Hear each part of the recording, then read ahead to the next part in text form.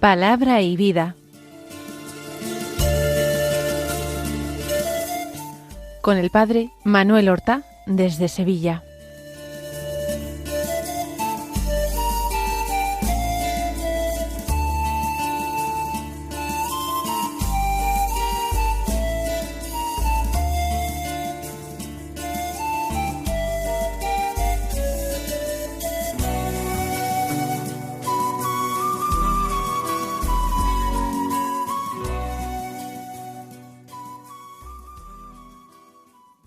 En el nombre del Padre, y del Hijo, y del Espíritu Santo.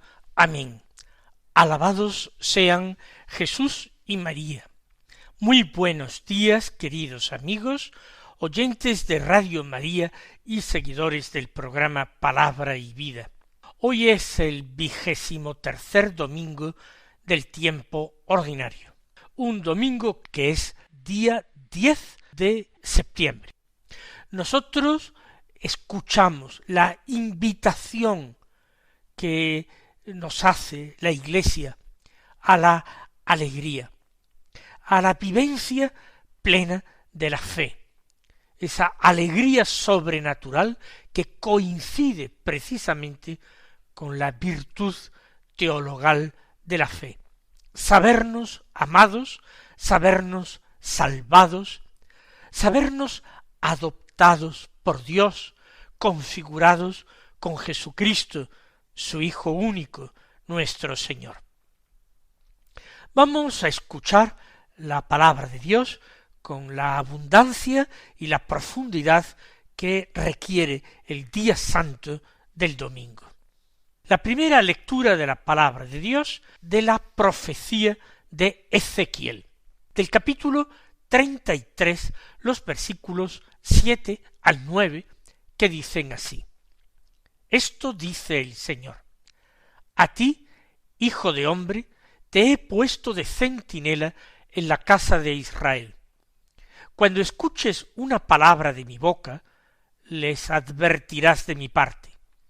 Si yo digo al malvado, malvado, eres reo de muerte, pero tú no hablas para advertir al malvado que cambie de conducta, él es un malvado y morirá por su culpa, pero a ti te pediré cuenta de su sangre. Pero si tú adviertes al malvado que cambie de conducta y no lo hace, él morirá por su culpa, pero tú habrás salvado la vida. El tema central de la liturgia de la palabra del día de hoy, tema central que reúne este primer texto del profeta Ezequiel con el Evangelio según San Mateo, que luego proclamaremos, es el tema de la corrección fraterna, es decir, del aviso fraternal, de hermano a hermano, a otro miembro de la comunidad, a un miembro del pueblo santo, para que se corrija de los malos pasos, de la dirección equivocada que ha tomado. Así comienza el texto que acabamos de escuchar. Esto dice el Señor. Es por tanto una palabra de Dios dirigida al profeta para que la comunique, para que ejerza de profeta, que eso significa ser profeta, del griego profemi, hablar de parte de otro, prestarle de alguna manera la boca, los labios, la lengua a Dios para comunicar su mensaje a los hombres. ¿Qué dice el Señor? A ti, hijo de hombre, te he puesto de centinela en la casa de Israel. En las ciudades antiguas eran muy importantes dos elementos. Por un lado, las murallas, esos muros que podían ser de piedra o de tierra, o solamente empalizadas de troncos, que circundaban la ciudad y la defendían de los ataques de los enemigos. Establecían una separación entre ese ámbito de convivencia entre los ciudadanos dentro de los muros y ese otro ámbito que era el campo, el lugar donde pastaban los animales, se cultivaban los campos, ese otro ámbito que podía traernos también sorpresas desagradables como una invasión, como una racia de enemigos. El centinela es junto a las murallas el segundo elemento. De nada sirven las murallas si no hay quien las vigile. El centinela debe estar día y noche, oteando el horizonte, escrutando los alrededores, de día y de noche, para dar la voz de alarma en el mismo instante en que perciba un peligro, para que los ciudadanos despierten y se apresten a la defensa. Pues bien, esa ciudad de Dios, que es el pueblo santo, Israel, el pueblo de la antigua alianza, la Iglesia, pueblo de la nueva alianza, también debe tener sus centinelas, centinelas que adviertan de los peligros y eviten que la ciudad sea tomada o muchos de los ciudadanos perezcan. El profeta ha sido puesto de centinela y ahora se le da esta tarea, este encargo concreto. Cuando escuches una palabra de mi boca, les advertirás de mi parte. Este centinela de Dios no solamente tiene que avisar del peligro, sino que tiene que avisar de los consejos de Dios, de los mandatos de Dios, de las correcciones de Dios. Dios va a ir por delante, avisando de los peligros y enderezando el rumbo de la comunidad y de sus miembros.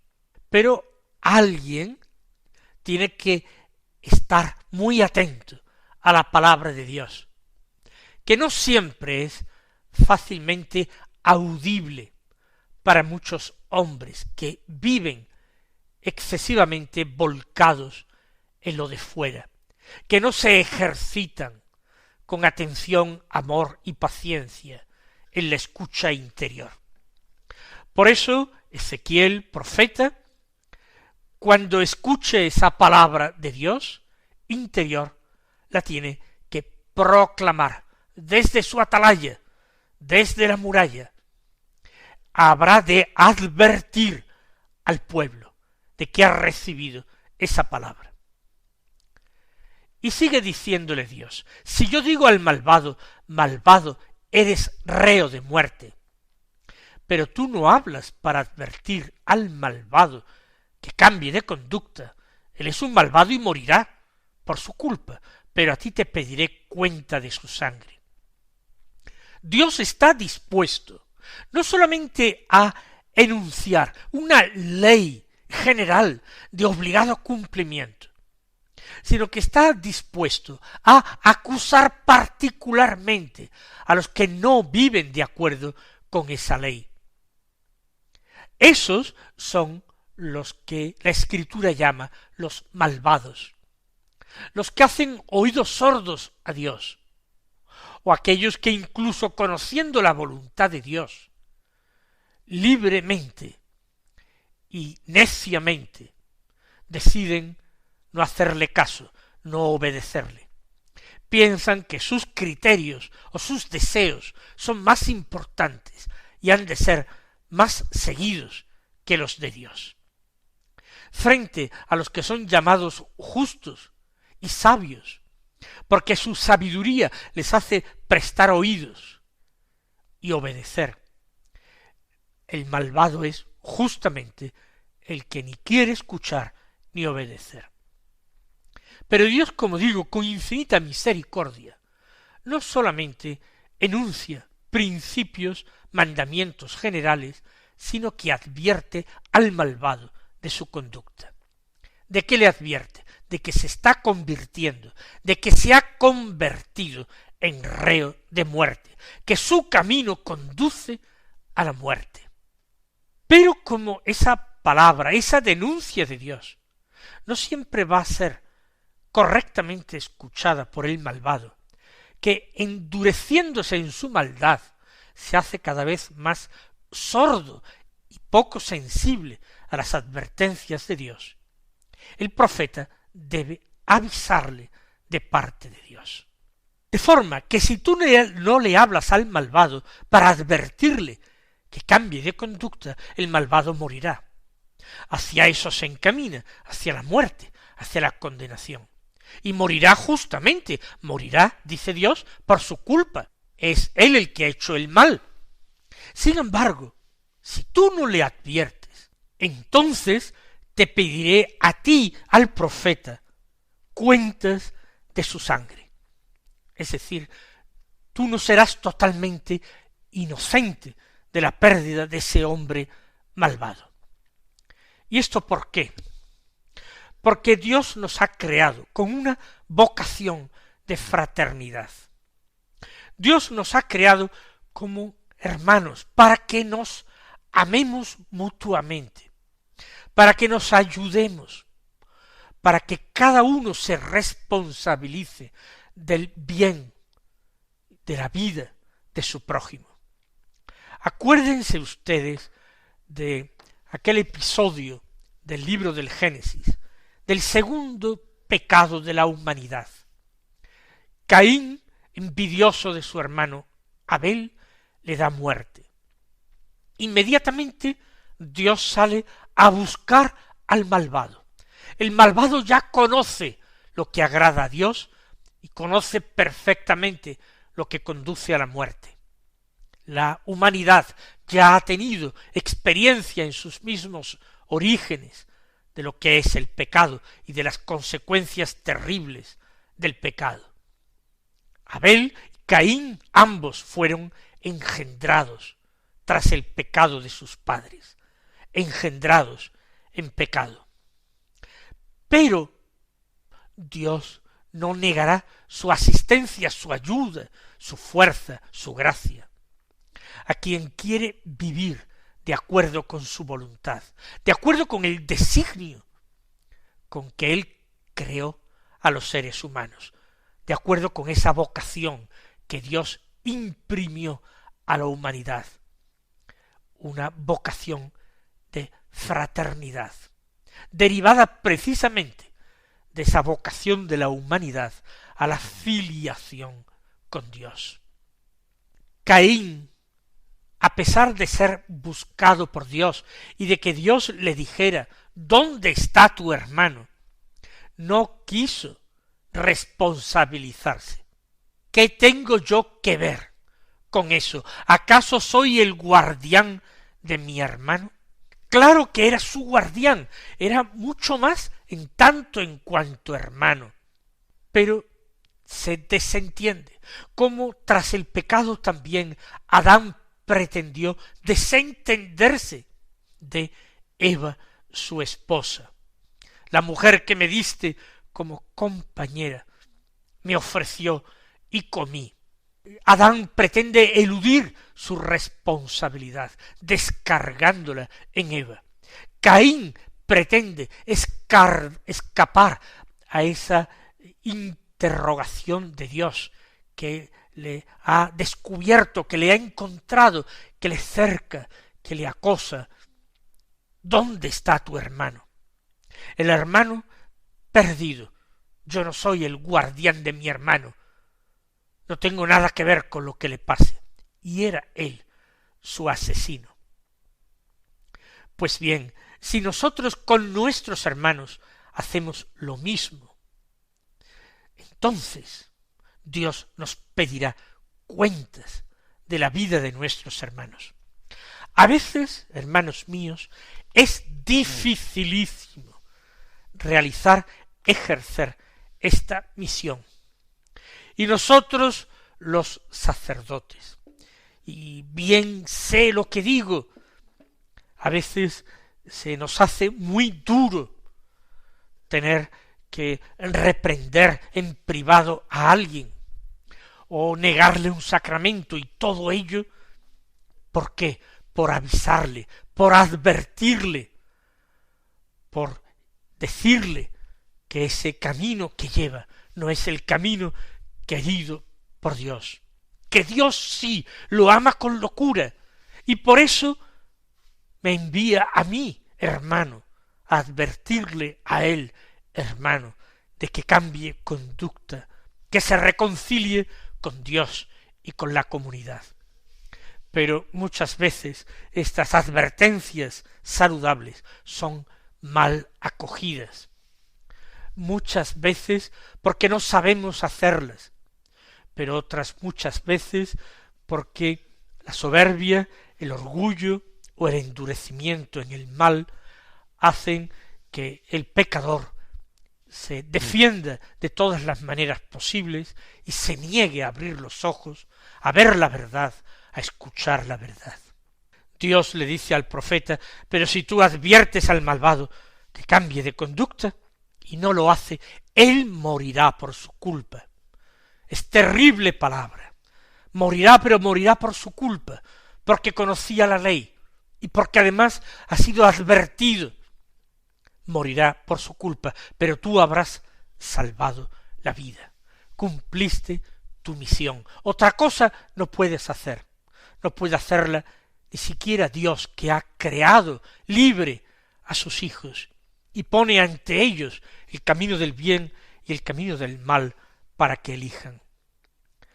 Vamos a pedir al Señor sabiduría y gracia para no desentendernos de nuestros hermanos, no abandonarlos a su suerte en estos tiempos tan duros y tan difíciles de apostasía, de olvido de nuestros deberes, de nuestras obligaciones morales. Que el Señor nos conceda acierto, generosidad y valentía para avisar con cariño, con caridad, pero con firmeza y sinceridad a nuestros hermanos, para que no se precipiten en el abismo.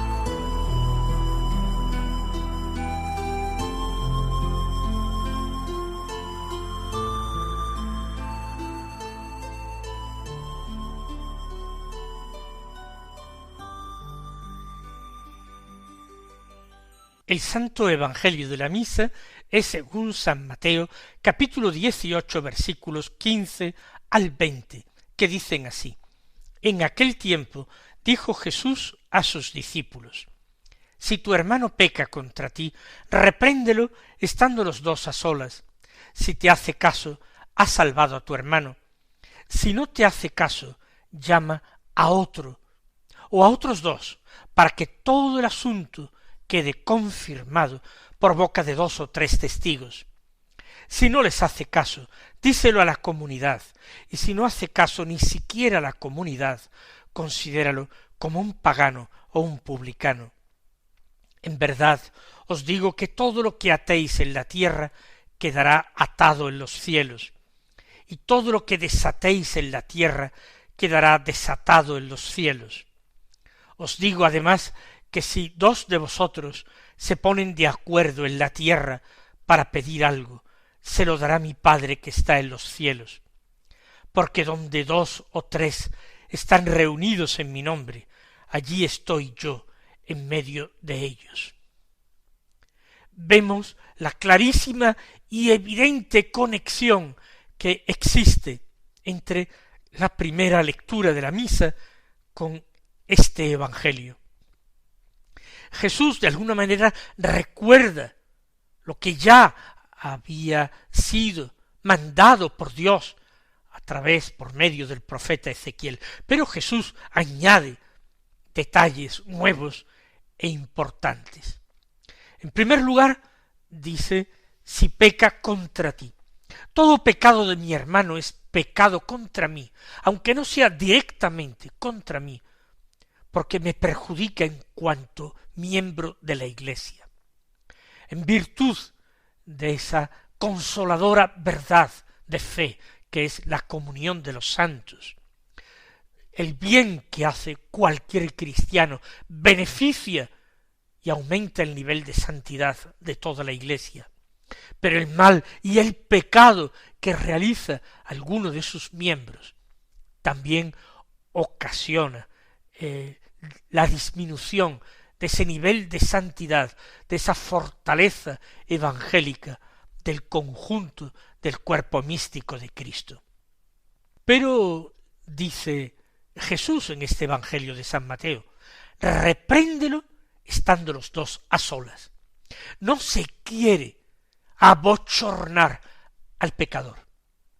Se piensa por parte de la infinita misericordia de Dios que es mejor una advertencia discreta que una reprensión pública.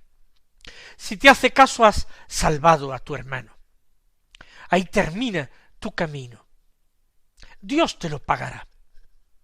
Pero si no te hace caso, Jesús invita no a dejar ya el asunto, como era el caso en Ezequiel, sino invita a la insistencia. Ahora llama a otro o a otros 2, para que todo el asunto quede confirmado por boca de 2 o 3 testigos.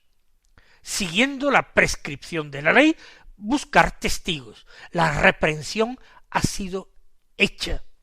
Y si uno no se enmienda, es realmente pertinacia en el mal, obstinación en el mal. Si no les hace caso siquiera, díselo a la comunidad, a toda la comunidad, cuando ésta se reúna para orar. Si no hace caso ni siquiera a la comunidad que le llama la atención, entonces considéralo como un pagano o un publicano. Entonces realmente ya solamente es hermano tuyo de nombre, pero no lo es en realidad. Después de estas graves palabras, Jesús dice a los apóstoles: lo que atéis en la tierra quedará atado en los cielos, lo que desatéis en la tierra quedará desatado en los cielos. Da a los apóstoles el poder de absolver los pecados, de perdonar pecados, cosa que sólo puede hacer Dios. Y también les da la autoridad para establecer normas que sean de obligado cumplimiento para la comunidad. Habla también el Evangelio de la eficacia de la oración en común, que siempre debemos tener en cuenta y no olvidar. Mis queridos hermanos, que el Señor os colme de sus bendiciones, y hasta mañana si Dios quiere.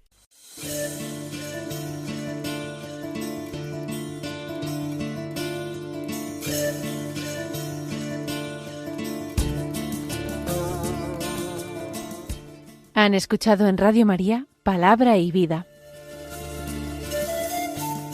un programa que dirige el Padre Manuel Horta.